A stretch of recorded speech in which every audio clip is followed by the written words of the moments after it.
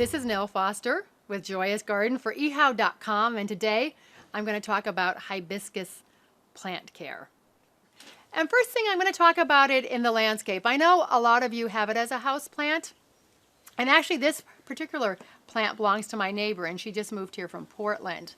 And so it lived on her patio outside, and then she brought it inside in front of her sliding glass window in the wintertime. Because hibiscus do not like to be planted anywhere where it freezes outdoors, so make sure you can bring it inside if you're in a cold climate. Hibiscus love sun. They need sun to bloom. Actually, I've seen some in part sun here that bloom, but we get a lot of sun all year long here in the southern part of California. So that's sort of an exception there.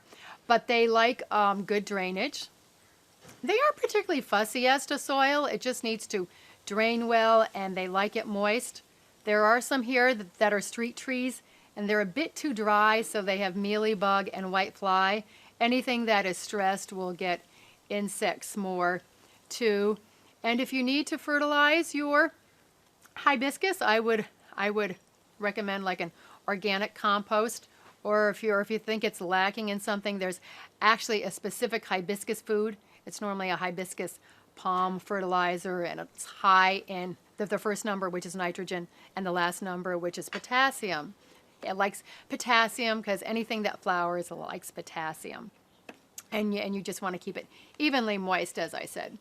And in terms of pruning, they aren't really fussy. If yours has insects, you might want to thin it out. I'm not going to do too much pruning on this because it's my neighbor's, but I would take off a lot of these small ones or any of the ones. I don't mind the crossing over ones here because it kind of gives it an interesting form, but some of these small ones I would take off here. And then to encourage flowering, you can tip prune it, and that's going to give it more flowers all the way through. Now, as an interior plant, if you have it as a house plant, you want to make sure to give it as much light as possible because it needs sun. And the good news is it will bloom inside, but it just needs a lot of sun, and you'll want to adjust your watering to how cold or hot your house is inside. Because again, evenly moist but not drowning. And you don't want it to sit in a saucer of water. It doesn't like to sit in water.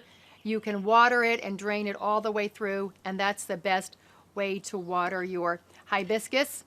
They are prone to aphids, mealybug, whitefly, and scale. Yes, they are. So the best thing to do is to spray with a horticultural oil or an insecticidal soap. And when spraying, you want to make sure you get the underside of the leaves and in the nodes, because that's where the insects love to breed, is underneath. So if you just spray on the top, it isn't going to do it. But because of their flowery displays and their interesting forms and their gorgeous foliage, hibiscus are well worth it. And some of the new varieties have flowers that are this big on them, just huge. This is Nell Foster, and I have just told you how to care for a hibiscus.